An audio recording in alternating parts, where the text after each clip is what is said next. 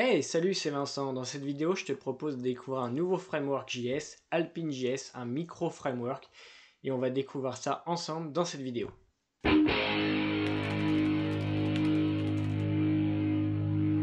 Avant de commencer, si tu connais pas la chaîne, je m'appelle Vincent. Ici, on parle de développement, un petit peu d'autres choses qui peuvent tourner autour du développement, mais principalement le développement. Donc si tu es développeur, n'hésite pas à t'abonner à la chaîne et à me laisser des petits pouces en l'air si les vidéos te plaisent. Donc Alpine.js, c'est un micro-framework JS, en tout cas c'est comme ça qu'on va le catégoriser, et on va voir dans cette vidéo quelles sont ses différences par rapport à React ou à Vue.js par exemple, et comment on va l'utiliser. Alors à la base, j'ai fait un projet avec Alpine.js au travail, un gros dashboard, enfin un petit dashboard autour des ventes qu'on expose à vente privée. Je ne peux pas vous le montrer, du coup j'ai recréé un projet dédié pour cette vidéo et on va voir tout de suite ce que c'est ce projet. Pour ce projet, j'ai décidé de m'inspirer d'une application qui a à peu près 10 ans et qui a été développée par Scott Hanselman en .NET. L'idée, c'est d'avoir une application pour bébés ou pour enfants de jeune âge qui vont taper sur le clavier frénétiquement et qui va faire apparaître des caractères ou des smileys, etc. Donc je me suis inspiré de l'application d'origine en changeant un petit peu le concept. Le concept reste quand même le même, on va taper sur le clavier et faire apparaître des caractères. Si vous n'êtes pas sur une touche de caractère, on va faire apparaître des animaux avec le son qui va bien pour l'animal en question. Petite démonstration. Voilà. En gros, vous pouvez faire ce genre de choses. Passons maintenant au code. Donc Alpine.js, je vous ai dit, c'est un micro-framework. Ça va pas être aussi lourd que React ou que Vue.js ou que d'autres frameworks de ce type assez modernes. L'idée, c'est pas d'écrire une SPA avec un bundler genre Webpack, mais plutôt d'avoir quelque chose de très simple, un script à inclure, un peu comme jQuery. Il est souvent comparé à jQuery, mais avec une syntaxe proche de Vue.js. Du coup, dans l'application, on va se retrouver avec simplement un fichier HTML où tout va être inclus. La première chose qu'on va faire, c'est tout simplement d'inclure le script d'Alpine.js depuis un CDN. Ensuite, j'ai rajouté quelques polices et quelques styles, notamment des styles pour l'animation. Et maintenant, on va voir comment ça fonctionne Alpine.js. Vous allez voir que c'est très très simple et si vous avez des petites applications, c'est parfait. C'est un framework qui va vraiment matcher avec des petits besoins très simples. Alpine.js utilise des directives à travers des attributs que vous allez ajouter dans vos éléments du DOM. Et d'ailleurs, il va utiliser le DOM, il n'y a pas de virtual DOM, donc c'est vraiment fait pour des petites applications.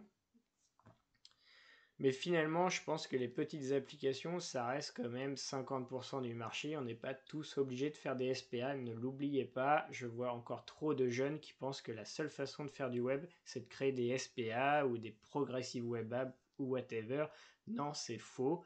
On a besoin aussi de rendu côté serveur et de petites animations côté client sans avoir une usine à gaz. Et c'est là qu'Alpine rentre en jeu et on va voir comment ça fonctionne. Le premier attribut qu'on va ajouter, c'est Xdata. Xdata est là pour définir le binding de l'application, donc le scope de votre application. Donc ici, je l'ai appliqué directement sur le body. Et Xdata attend un objet avec une liste de propriétés et de fonctions à utiliser tout au sein du scope. Donc mon scope ici est sur l'ensemble du body. J'ai pas retourné directement un objet, mais c'est une fonction qui va me retourner cet objet qui s'appelle app. On va vite regarder ce que contient cette fonction. Cette fonction, elle est là.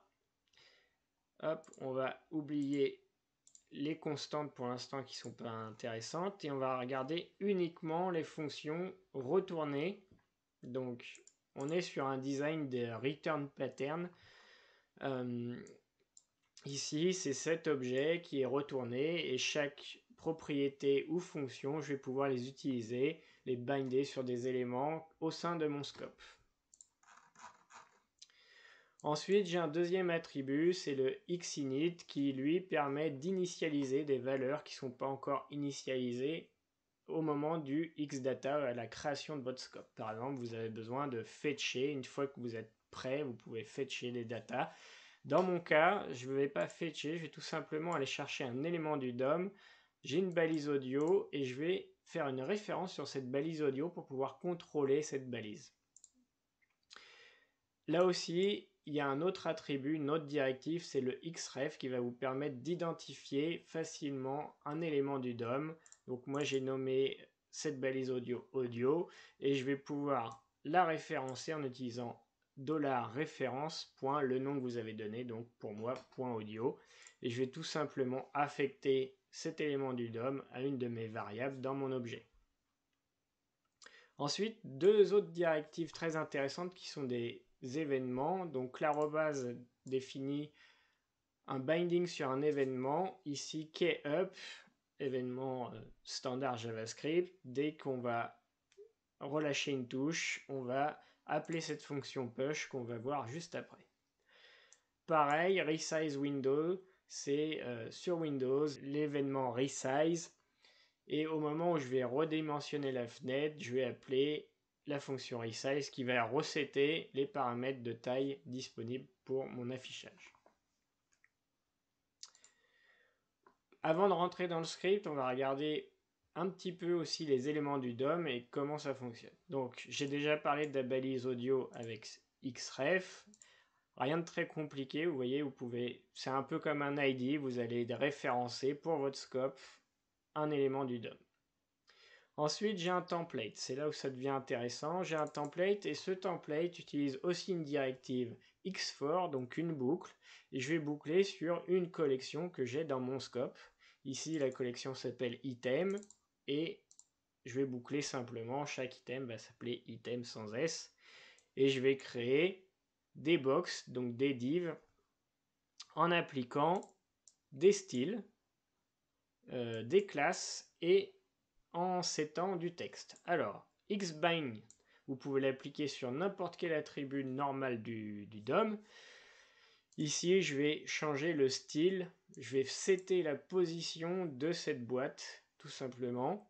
Donc, dans mon élément item, j'ai une position avec top, left, et je vais pouvoir définir directement le style. Je vais faire aussi, sur l'élément du dessous, un binding au niveau de la classe, donc j'aurai des classes qui vont me permettre de définir si c'est un emoji ou un caractère. Et xtext, c'est le texte à l'intérieur de l'élément de votre DOM, donc ici je l'ai bindé sur char, qui est le caractère que je veux afficher, et j'utilise tout le temps des caractères, donc en fait soit c'est des lettres, soit c'est des chiffres, et si c'est ni l'un ni l'autre, je vais utiliser des emojis, donc des caractères UTF, et ça va faire apparaître des animaux. On peut voir que c'est très très simple d'utilisation, il y a quelques directives, il n'y en a pas beaucoup à connaître. Finalement, on a vu la plupart des directives qui vont être intéressantes. Vous avez juste besoin de retenir le xdata, xinit si vous avez besoin de faire du fetch, l'arrobase pour binder sur des événements, xtext ou xmodel pour binder directement dans le DOM. En fait, c'est très très simple d'utilisation. Passons au code. Avant de retourner mon objet, j'ai défini quelques fonctions type utilitaire, des constantes ou des fonctions d'ailleurs.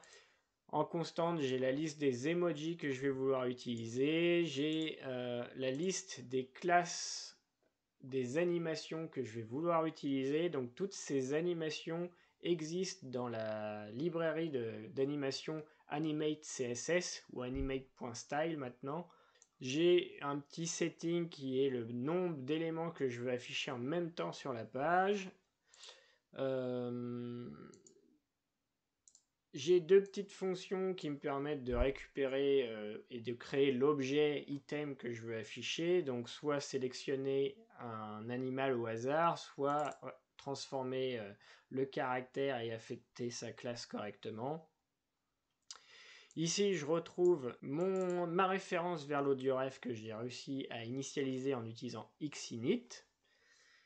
Et j'ai une première fonction intéressante qui est play et qui va tout simplement prendre un chemin d'un fichier MP3 dans mon cas et qui va l'affecter à cette balise, à cette référence et lancer la fonction load et play pour jouer le son. Toutes ces fonctions finalement sont pas directement accessible depuis mon scope. Ce qui est accessible dans mon scope, c'est uniquement ce qui est retourné ici. Et donc, je retrouve ma liste d'items sur lequel je vais boucler. J'ai la hauteur largeur, donc je vais pouvoir utiliser et resetter quand il y a un resize de la fenêtre. Et j'ai ma fonction init qui prend la référence de l'élément DOM, qui affecte la variable. Je retrouve la fonction resize que j'ai appelée sur l'événement resize. Et la seule fonction qui est vraiment très importante, c'est la fonction push qui est appelée quand l'enfant va enlever son doigt d'une touche. Je récupère le caractère qui a été tapé. Je vais commencer par créer une position aléatoire.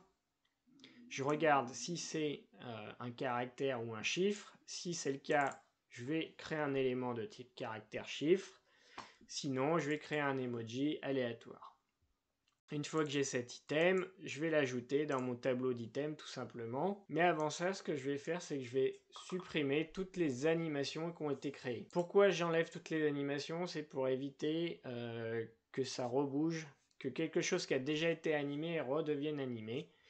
Donc, je fais un petit clean, je push mon item, je joue le son, donc soit ça va être en anglais pour l'instant uniquement le son de la lettre, ou du chiffre, soit le son que fait l'animal. Et enfin, je fais un shift pour supprimer les éléments en trop. Donc ici, j'ai mis un paramètre de 10 éléments maximum affichés. Le 11e élément va être supprimé à la fin de l'appel de cette fonction. Donc finalement, ici, on a tout le code. C'est très très simple d'utilisation. Comme je vous l'ai dit, j'ai aussi fait un dashboard au travail. Ça m'a pris pas beaucoup plus de code, surtout avec les nouvelles versions de JS où on va faire des fetch et c'est très très simple d'affecter les fetch. Vous pouvez faire de l'asynchrone simplement maintenant en JS. Il n'y a pas besoin de bundler. C'est efficace, c'est simple. Ensuite, il y a tout un tas de directives supplémentaires dont j'ai pas parlé et que je n'ai pas utilisé dans cet exemple. Mais la documentation est assez simple et finalement le mode de fonctionnement d'AlpineJS est lui aussi très simple. Vous avez toute la documentation ici. Je vous ai montré les trucs les plus importants, Xdata, Xinit, le binding sur les événements. D'ailleurs, j'ai utilisé arrobase, mais vous pouvez utiliser x-on. Ça revient exactement au même. L'arrobase, c'est un raccourci à peu près l'équivalent de ce qu'on a en Vue.js. L'idée, ce qu'il faut bien comprendre, c'est que c'est un micro-framework, c'est pas là pour remplacer ni React ni Vue.js, c'est pour des besoins différents, souvent des besoins qui sont avec un rendering côté serveur. Donc AlpineJS est beaucoup utilisé, notamment avec du PHP, mais vous pouvez l'utiliser avec n'importe quel langage serveur. Il est aussi utilisé plutôt à la place de jQuery, puisque le moteur de template notamment est très simple et les bindings sont très simples. Donc franchement, je vous invite à tester, à regarder et à me mettre en commentaire ce que vous en pensez. Et n'hésitez pas à tester l'application que j'ai développée si vous avez des enfants. Amusez-vous à avoir votre clavier et laissez-le taper. D'ailleurs, je vous montre tout de suite ce que ça donne. Et je vous dis à très bientôt dans une prochaine vidéo. B, C.